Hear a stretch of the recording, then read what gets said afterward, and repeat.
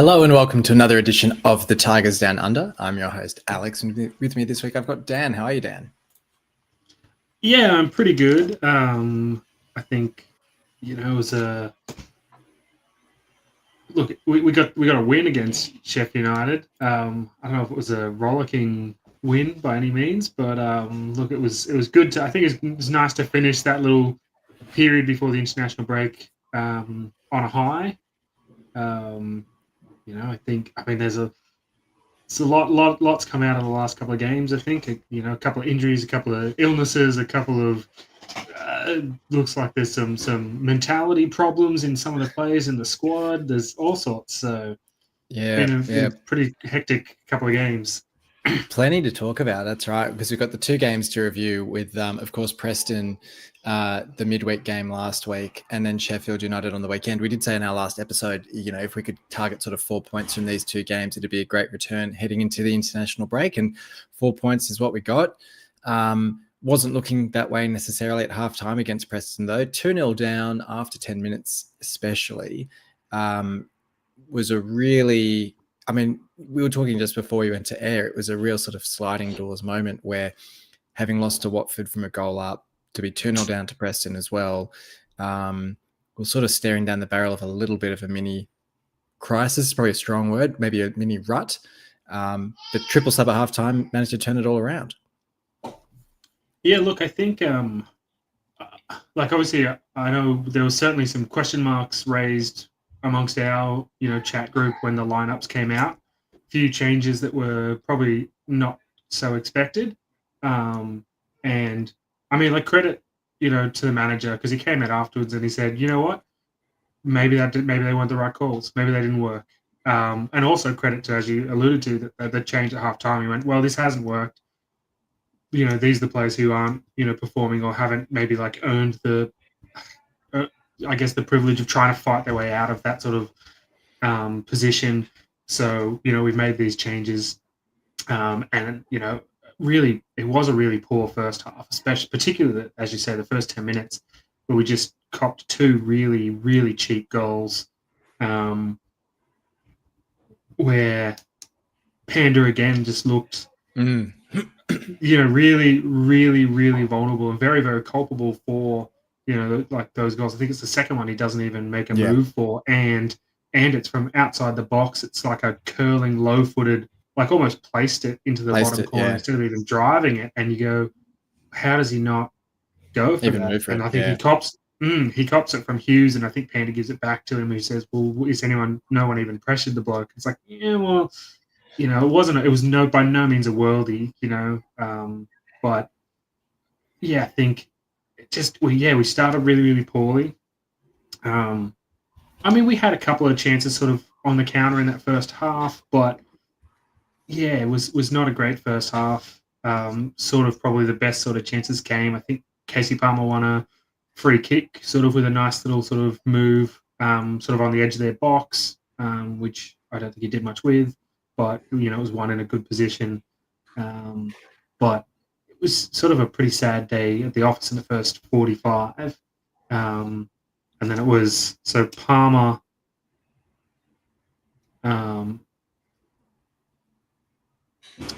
Akintola, and who else went off? And Amir, I think, were all subbed. I mean, yeah.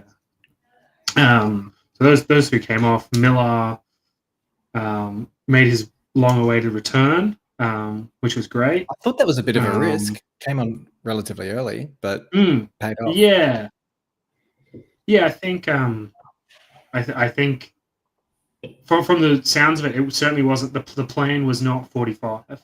But it sounds like Miller's been sort of, he's been raring at the bit for a few weeks, I think, and really keen, pushing and stuff.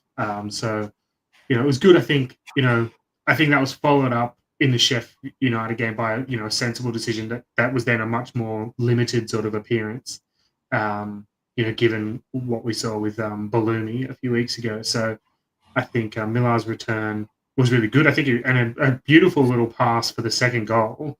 Slides it in behind beautifully for Giles. I was just going to say with Miller, I mean, like you say, he had a much more management minutes against Sheffield United. I've said in the chat, if he gets injured against Australia, I don't know how we're going to cop that. Yeah. Yeah, look, it's going to be a bit rough, but it's hard. I mean, obviously you don't really ever want anyone getting injured, especially in a friendly. Like, if this was a World Cup qualifier or something, you go, well, all bets are off. Everyone's out there doing whatever. But for a friendly, I'm hoping that it's mostly he goes. It's sort of like it's a bit of a morale boost. They go, yeah, you're fit, come back, get amongst the boys, get amongst the lads again. Sort of we'll sort of see where you're at, and see if you're going to be ready for actual qualifiers in the next window or whatever. So I'm hoping it's just sort of more along those lines for him. But great to see him back. Great again. He made a real impact in both games. I think it was more evident in the Preston game, but I think that was partly just because of it was chalk and cheese. The first half was so bad that when he came on and we had a player who was, one, an actual winger, but two, who was direct and wanted the ball and wanted to get in behind, and was just, I think, well drilled. When he was on the ball, was, made good decisions. I think, you look at where he picks that ball up for the second goal, particularly, I think, those little slide passes through the channel of the defenders are so dangerous, and he just got the ball and he didn't overplay it. He just held the ball, waited for Giles to start making the run, made sure he got the weight right on the pass, just did the simple things well on his return. I think he even had a reasonable chance to get one in himself, but I think he just rolls it wide at the post something. But just deflected wide, I think, with his shot. But yeah, Miller, look, it's really interesting because obviously that first half was really poor. But you see, as you say, when we threw on an actual winger and Miller, unlocking McBurney's and Giles's potential, really, because I think Giles really came to life in that second half as well. Thankfully, wasn't too seriously injured, came off with cramp, I think, late in that one, but was fine for the Sheffield United game. I was a bit worried when he came off because, I think he was shaking his head a bit and you're kind of worried that maybe it's something a bit more serious. But McBurney, I think, really just highlights just how good a striker he is, that even in a really poor performance, sometimes you'll see strikers just go completely missing because they get isolated and kind of cut out of the game. But he was throwing himself around, he's winning challenges, he's winning the ball back on the byline and getting the ball in the box. So I think he fed Miller in for his chance, and you just think he's, if we can keep him fit for the 46-game season, he's going to be such a pivotal part in, we've got Josh in the comments here asking whether we've got a playoff charge in us for this season. And I think keeping someone like McBurney fit, and you think if we had McBurney fit with Balumi and Miller either side of him, you just think, and we get this defense sorted, you just think there's a big potential here to do something in a division that's not particularly strong. I've said it a few times now, Preston, Swansea, there was a third one I'm trying to think of where we were coming up against sides that don't concede many goals, and we were actually breaking their defense open and scoring. And it shows that if we can actually tighten up our defense, which, we're pretty prolific against anyone that we come up against. Yeah, I think it's been. I think the key is, at the moment is obviously it's so early in the season and it's so hard to sort of project to the end of the season, because I think in years gone by we've seen injuries to big players and things have all gone awry very quickly. But I think at the moment, even though we're still probably a little bit inconsistent in both performance and result, I think we're staying in touch with with the pack, right? We're in the chasing pack, and while we remain in that position, we give ourselves a chance. I know it says we're 14th, but I think we're still only 2 points off the top 6 or something. It's that close at the moment. Yeah. And so, we've, as you say, fix up the defense, get a few more wins. The goal difference is -2 or something in the moment, which actually really shocked me when I saw that, because I was like, we've conceded the most goals in the division. I was like, we're not that bad. So we sort that defense out, and get all those big players back, as you say, and then you get even some of the lesser players, like Ndala should be back after the break from his little foot complaint.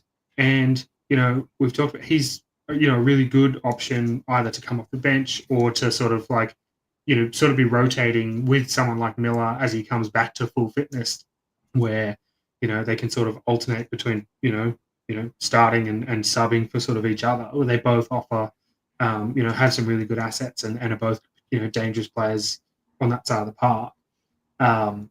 So like I'm reasonably optimistic. I think like I feel like it's messy, but I feel like we are we're still getting results and we are moving in the right direction. And I think to the original question, I think a playoffs charge is certainly within us. But yeah, that's with the caveat that we are 9 games into the season. Yeah. And I think I made a similar comment after the Oxford game where I said, now I don't want to get carried away, but could we do it? And then we got tonked by Blackburn or whoever it was. And I went, okay, maybe not. So we're not getting carried away. I will call out, we've got Ari here in the chat. This must be a first. We've got Ari saying, hope you guys do well, from a Man U fan. I mean, the podcast is just getting so big that we've even got supporters from other teams tuning in, which is very much appreciated. So thank you, Ari, but we'll see how we go.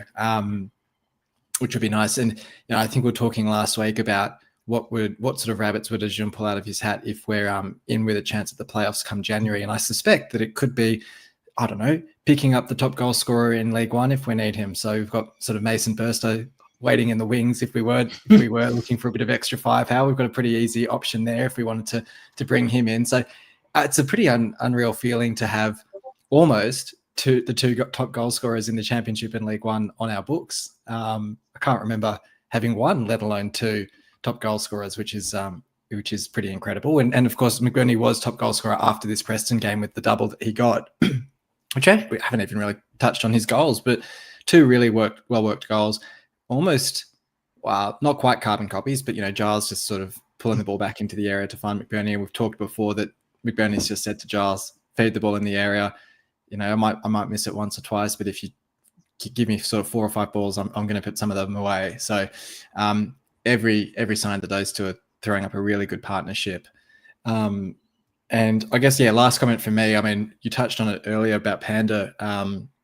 I felt like with the first goal, I thought, okay, maybe I'm being a bit overly critical because I was critical against Watford and maybe I'm just seeing things that aren't there. It's confirmation bias or something like that. But that second goal really was quite a poor one from a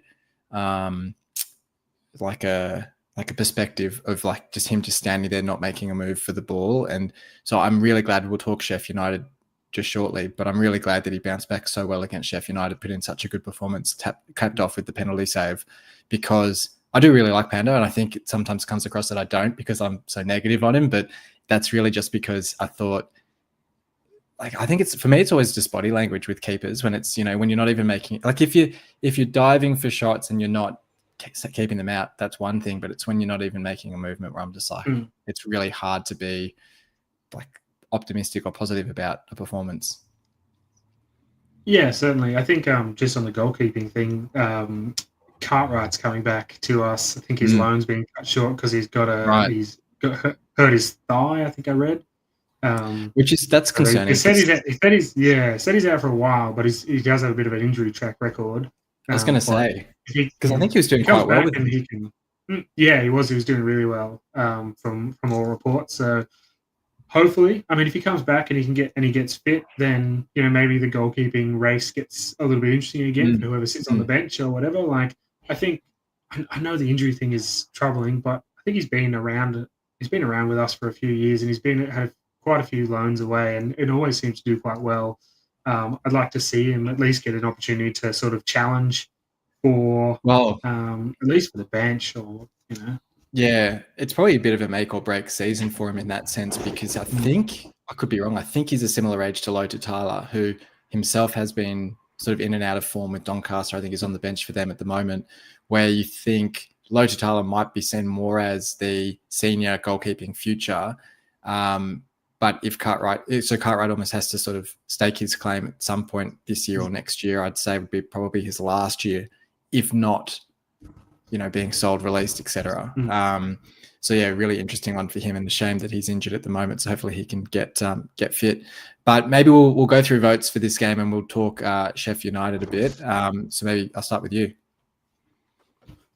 Yeah, I actually found the Preston game pretty tough to give votes for because I mean, like the first half was so terrible, but then all three players that came on had a really big impact. It was sort of tough to sort of divvy up the votes, but I went 3 points to McBurney. That's a Two shock. goals, dragged us back into the game, um, and then I went 2 points to Giles for the two assists. And I gave 1 point to Miller for what I thought was a really good return. A key pass. The assist for the assist, so to speak, for that second goal. So Yeah. Ollie, Giles, and Miller. The votes were so tough that we've ended up with the same three players in the same order as well. So yeah, McBurney for the three, Giles for the two for the assists, and then Miller for the one. I think if we wanted to talk honourable mentions, I thought Slater looked pretty strong when he came on. Yeah. But you're right. Like it's so, and Gelhardt, of course, would be the other obvious one. I think Gelhardt, with his energy, was really involved for that first goal, and obviously had that point to prove coming off the bench to show that he shouldn't have been left out. I thought he was really strong. So a couple of good showings there as well. So really strong second half there. Sheffield United, to me, was actually. Despite it being against the bottom place side, I actually found it a really promising win from the perspective that it showed a different way of us winning a game this season. Like under Jurkovic, we've been such a attacking team and we've been leaking goals, and to have this sort of almost like a smash and grab win at home of, you take the 1-0. It's not that we set up shop, but we did definitely go a lot more conservative that second half. To the point that we brought on Semi to sort of shore things up and almost gave the game away. But it was a really encouraging display in that sense, because I think we've sort of heard about the fact that, Jurkovic is quite tactically flexible and he's quite, dynamic in terms of how he sets the team up. And so it's good that we're starting to see that with different approaches in different games. I was a bit worried before the game because there was all the talk about, the illness bug going through the camp, and I only had 8 subs because Palmer was a bit unhappy with being left out and all that sort of thing. So it did seem all set up to be another Blackburn where we might get smashed by Sheffield United. But a really pleasing display in the sense that whilst it might not have been as flashy as some of the other games, I think it's good to be able to show that we can win games in different ways. Yeah, I think the gritty sort of nature of that win, I think is really good for us moving forward. As you say, like winning in different ways, obviously is good. The bit of flexibility from the manager. I think like the other thing is like he identified a problem, something that he wanted us to achieve. He said we need to get a clean sheet. We need to help Pandra out. We need to take the brakes off the attack a little bit. We need to be more solid defensively, and then put about a plan of action that enabled that to happen. And the players responded to that. I think really well. I think epitomized in many ways by our main man up top. I think McBurney, there were patches where he's winning the ball in the box and then chasing out to the corner flag and booting it up the field, and just like his energy is infectious, and he's showing the I guess the attributes of a true leader within the squad, which is great. I think we also saw players getting their bodies on the line, blocking shots and all those sorts of things in this game, because as you said, yes, Sheffield United are bottom of the table. Yes, even since Wild has come back, they have not managed to pick up the points that they were probably expecting. But I think they actually looked quite good, and they looked quite dangerous. And I think if we weren't on our game, then it definitely was a game that we could have lost and walked away with nothing. But like, yes. It was. I mean, it was good to see Akintola get a goal. I guess like we've talked about how in the process, and I think even still he looked pretty crap for most of the game, but he got the goal, and sometimes that's all you need. This might be the sort of that pivotal moment where he gets the goal, he gets a bit of back a bit of confidence, a bit of swagger, and he's off again. But I just love that he scores the goal, and in the process of appealing for a handball, like he's kind of going, "Oh, it's handball," and then he goes, "Oh, no, it's a goal anyway. It doesn't matter."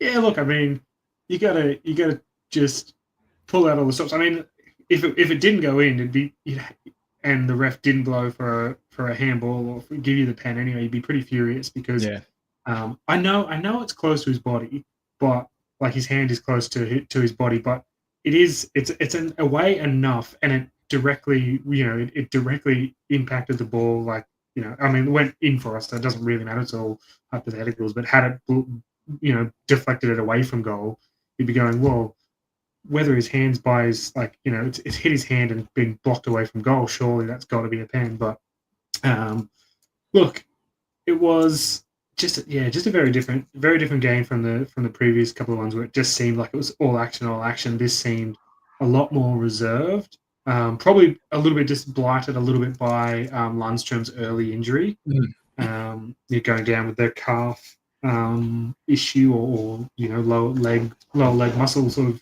complaint. But I thought when Amir came on, I mean, I actually don't think we lose. I mean, I saw lots of comments online about how he was missing or didn't do anything, or like how was he there. I actually didn't think he had a bad game. I think it's his crossfield to Coyle that sets up the goal for Akintola, and I think he does.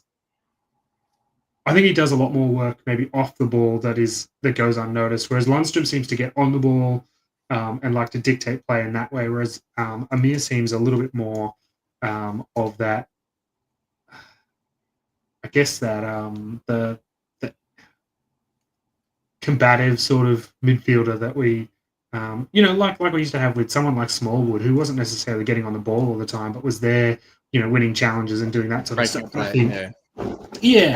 I think that seems to be in some ways where he shines pretty well. Not that he doesn't have a good range of passing, obviously as shown by that pass, to Coyle. But I thought he, I thought he had a good game when he came on. Although, as I said, the internet, many people on the internet disagree with me. But I don't know how we win a game and people still complain online. It does make it sometimes. I thought it was probably Hughes' best game of the season as well. I thought he, it's funny that it sort of coincided with Panda having maybe his best game of the season as well, but they've both maybe shaken off that early season rust, which was good to see. And I think, again, like you look at the midfield, like I think Slater was strong again, Gelhardt good, and McBurney. I mean, again, it's a game where he doesn't get a goal or an assist, but sometimes you end up thinking strikers are invisible when that happens, but he actually still creates a good chance. He's still in the play. Like you said, he's clearing balls out of defense. Like it's refreshing having a striker that is always involved. If we're losing, if we're winning, if we're defending, if we're attacking, like there were games where Pedro last season would have 3 or 4 touches of the ball for the game, and you think just he did absolutely nothing. So it was, from 1 to 11, a really strong performance from everyone, I thought. The penalty, I thought, it was clearly a penalty, so it's sort of one of those rash ones. It's also frustrating because it's not a chance that's directly leading to a goal. He's like right on the edge of the box. Like if ever there was a case that not all fouls in the box should be penalties, that's like a textbook example of one where you go, that should be like an indirect free kick or something where, it's not an act. You're not denying a chance. You're just if he's half a meter to the left, he's outside the box, and it's the exact same sort of. I don't think he needs to be half a meter. It's even less than that, I reckon. He's right on the line. Yeah, look, I think that I guess a little bit rash, a little bit rusty from Sammy. I mean, thrown on late in the game when Sheff are really pushing to get the equaliser. So I guess, I think it's always hard to come into a game that's at full speed, especially, and it's your return from injury and sort of things like that as well. So I feel for him, but I mean, luckily Panda saved the day. I mean, to be obviously credit to Panda, picks his side. You see him pick his side early because he's already off center of the goal, but it wasn't a very well taken penalty. But good save, clean sheet, can't complain. Yeah, crazy to see the stat. I mean, obviously the stat about it being Panda's first penalty save, so that ended up being wrong. I'd actually completely forgotten he'd saved a penalty last season against Coventry. So I think when Sky asked him after the game, was that your first penalty save? And he was like, no. No, I saved one before, but it was Burrow's first penalty miss for Sheffield United. So I was like, it was a very, it would have been a neat stat if it had worked out that way. But yeah, really pleased for him. Like I said, I think he's had a really tough start to the season. I think he's been down on confidence. I think he said it himself. So the fact that he's now had that penalty save, it's, as good or better than a striker scoring their first goal. So hopefully that really gives him a bit of confidence after the break to kickstart his season. Clean sheet as well, first one since opening day. So yeah, really positive performance all round, I thought. And then, like you said, a couple of players back from injuries post international break as well should be a real big help. Votes for this game. So I went Panda for the 3 votes. I thought he was hard to look past with that penalty saving us the 3 points late on. Coyle, I gave the 2 votes to. I thought he had a really strong performance and obviously got the ball into the area for the goal. And Hughes, I went for the 1 vote. I thought, yeah, like I said, I think probably his best game for the season for us. Yeah, nice. We got some similarities. Coyle certainly entered my thinking because I thought, especially, obviously the assist was great, but I thought he was pretty strong on that side as well. But I ended up just going for the everywhere man, 3 points to Ollie McBurney again. Lovely. And I think, is it 3 or 4 team of the weeks he's made now? Or yeah. Crazy. I gave 2 points to Panda because I think a penalty save just on its own is obviously like sensational, but to keep the clean sheet, save the 1-0 victory, obviously like that is just superb. And I gave Hughes the 1 point, who, as you say, I think this was one of his best performances, or probably his best of the season, where he's really starting to look get back to the form that he was in at the end of last season. Yeah, no, nice one. And actually a good chat on Hughes as well, which I remember thinking at the time, and we didn't mention it before. So during the Preston game, I think it's him who wins the ball and sort of pushes it upfield for our equaliser, where he had a really nice, neat bit of play where I think he juggled it over a Preston challenge or something like that. Where I'm like, that, to your point, like that's that sort of confidence with him, with his ball playing ability that we saw a lot last season, which we haven't seen quite as much this season, where he has that confidence in his ability, backs himself, and is able to create opportunities. So hopefully we can see a bit more of that in the next few games, which, we've got after the international break. We've got Birmingham followed by Leicester. So 2 tough games on paper. I mean, it's interesting when you sort of dig into their form. Birmingham slightly, I think they're 1 place below us in the table, 2 wins, 2 losses, and a draw in their they've got 1 win in their last 5. It was 2 wins, 2 losses, and a draw in their last 5 against us. But Leicester as well, that Leicester are sitting 3rd in the table, but they've only got 1 win in their last 5. So they've got 4 draws and a win in their last 5. So, on the surface, it looks like 2 tricky teams. But I think to the point earlier that we made about playoff potential, I don't think this is a particularly strong division this year. So I don't think there's any teams that I sort of look at and go, geez, this is going to be a really tough challenge. So other than probably Coventry, and we've already got a 0-0 draw with them. So, not too bad. But we sort of targeted 4 points from the 2 games against Preston and Sheffield United, and we were able to come away with that. I'd probably say similar from these. If we can get 4 points from these 2 games, I'd be pretty happy. Yeah, I think, we did really well to sort of end our little run before the break with the 4 points that we targeted. But I think, I was just looking at, we got 6 games between the next breaks. And I was like, I think you got to win about half of those, aim for about 10 or 12 points in total. So I think you're right. Like, you're getting 4 points from from these first 2 games. I think that sets that little window of games up really, really nicely. I don't know how to. I feel like we're actually going pretty well at home this season. It feels like it feels like the stronger sort of. It feels like it's becoming a bit of a fortress. Like, we had the Blackburn loss, which was maybe illness affected, but other than that, it's been 2 wins and a draw against Oxford, Preston, and Sheffield. Was Preston home? So Southampton at home. Oxford, Southampton, Preston, Sheffield United. It's really Yeah. only the Blackburn game where we performed poorly at home. So I think it's probably the game where I could certainly see something like a draw at Birmingham and the win at home in front of another big MKM crowd, another 22,000 or something. Because again, they've done such a good job to build back the crowds. And I know I talk about it almost every week, but just think like, obviously we had COVID and stuff, but the last few years has been, well, not the last, but the previous few years was just so, it got so average with, having such poor crowds and such a negative atmosphere all the time. And now we've really turned that around. And now we're finally seeing the results to, I think I guess to pay that back to the fans who have paid their money to come and fill the MKM. So I think it's awesome that we've turned that poor home form around. Yeah, whenever I see us play Sheffield United, it always brings to mind my last trip to the MKM was against Sheffield United in 2018, I think it was, where it was basically a case of pick where you wanted to sit, because we just kind of wandered in and sat behind the goal in the south stand, I think it was. I don't think it was the north stand. And it was, somewhere behind the goals, and it was basically pick where you want to sit because it was so empty. And you now look at it and it's 21, 22,000 each week, which is so good. And yeah, like you say, like after the last few years where we haven't had that sort of home performance, to be sort of getting the results, getting goals as well, getting excitement in the home games is a big reward to the supporters, which is so great to see.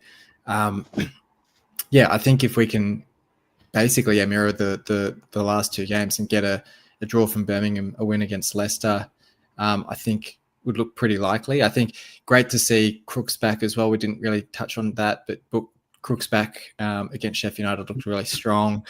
We're starting to get a lot of depth and options in the squad now. So, like as you said, Ndala back after the international break. Sounds like Lundstrom wasn't too bad, so hopefully means that he's also available after the international break. Hopefully Miller comes back, as you said, maybe having just been in and around the squad, not playing too many minutes. And then, maybe Baloomi's only a couple of weeks off as well. Like, I don't know if did they end up coming out with any sort of time frame for his return? I thought it was 4 to 6 for his hamstring. Okay. What I saw, but the other one that's really interesting is like Matazo, who's not supposed to be back until December, but he apparently keeps saying to the manager he'll be ready to go in November. So right, okay. Like apparently I don't know, maybe he's ahead of schedule or whatever, but he's real confident. But I think the managers said, well, we'll see how we go when we get there. But I think the Balumi sort of situation I think has certainly tempered I think like the manager's enthusiasm about some of these returns a little bit. I think he'll play it a little bit more cautious, but I think he's, from the sounds of it, not too far away, because it might be after the next international break, which means only 6 games that more, and then you maybe got Matazo back or close to back, and you're going, well, you got another really high quality midfielder, and as good as Slater's been, good as what's that young? I can never remember the gentleman. JB, yeah, it's good. He's been all right. He's probably the one that's going to start, missing out if or when Matazo does sort of return back, because but it's all hypothetical for later. But yeah, as you say, like it's good to see that squad being the depth in the squad, and I guess like guys coming back and just having impact straight away. I think that's always like a really good sign. Crooks came back, as you say, had a really good game. I think there was a couple of moments that just epitomised what he's about. There was a battle on the right-hand touchline where he sort of fell over and didn't get the free kick, so then he just got up and played it around a couple of people and sort of off he went. And there was another one in the box where he won and then harried, like headed it away, and then fell to the Sheffield United player and he went harried him, so he couldn't get the cross back in. And just think like, they're going to be so, when we have a fully fit squad and we can, and we have all of our options available, I think we are going to be a really difficult proposition for opposition sides to deal with. Yeah, absolutely. I mean, one player who doesn't seem to be too much of a fan of the squad depth at the moment, though, is Casey Palmer. I meant to actually ask your opinion on all of that while we're talking Sheffield United, but a bit frustrated. It does sound as if Jakirovic has basically said, the club is bigger than the player, and basically told him to piss off if he's going to be like that. I mean, maybe there's probably still a road back for Palmer, but I think it's interesting because I guess he had similar issues at Coventry. I think that's probably why he was sold by Coventry to us in the first place, was he has these sorts of attitude issues potentially where he's a bit, I mean, he's always blown hot and cold with his performances anyway, but it seems as if he's one that really needs to, I don't know, feel the love, and I think he doesn't take criticism too well. So if he's benched or if he's out of the squad or whatever, he doesn't seem too happy with that. What was your take on, essentially a player saying I'm not in the in the headspace to sit on the bench for this game as a late call up? Look, I think it's an interesting one because, I think obviously he's been so, as you say, in and out of the squad, sort of, sit on the bench, maybe coming on, maybe not coming on. And then he finally gets a first start. And, let's be fair, the whole team was crap in that, first half against Preston. And so I think any whoever was subbed off, in that at half time, any one of them could be really frustrated by that decision. And I think especially because you're like, well, I finally got my chance. And, he wasn't great, but I don't think he was terrible. I know some people were slating him, that he didn't do anything and they didn't see him. But I'm like, well, he won some free kicks and there was some nice things that he did. But so I can understand that would have been really frustrated by that. And I think obviously it's one of those mental things where if you're really frustrated at that situation, you go, oh, now I've been subbed at half time. And then, the players come on and they do such an outstanding job, and the game is turned around, the team is turned around by sort of those substitutions and by whatever is said at half time, that I guess that kind of compounds your frustration a little bit. You're just like, oh, well, I didn't even really do anything that was that wrong, but now, how am I going to get back in the team now? And so because I'm not really sure exactly how it all transpired, whether as you say that he said, no, I can't sit on the bench at late notice, or whether Jakirovic has just said, he basically went, well, he's been having a bit of a temper tantrum this week, so I'm not even going to bother trying to put him on the bench. And it could be that, yeah. But I think it's kind of it's similar to something I said. Obviously, there's an appropriate way to manage your frustrations at these different situations. But I think I'd be more concerned if Casey Palmer didn't care at all that he'd been subbed at half time, and if he sees that he has been made a scapegoat or whatever, right? I'd be more concerned if he didn't care about that situation at all, and he was just like, oh well, I'll keep picking up my paycheck. If he's expressed frustration at that, then sure, great. He wants to play. He wants to be a part of this. He wants to help us, throughout the season. But I think obviously, again, there's obviously a way that you have to approach those situations. And he goes away with Jamaica, probably again have a good time, come back, and I think he just needs to get the frustration. And he just might need a breakaway now. Gets a little bit of breakaway from City and stuff, and have a fight with your misses or whatever, and you just need to go for a walk and take 5 minutes for yourself.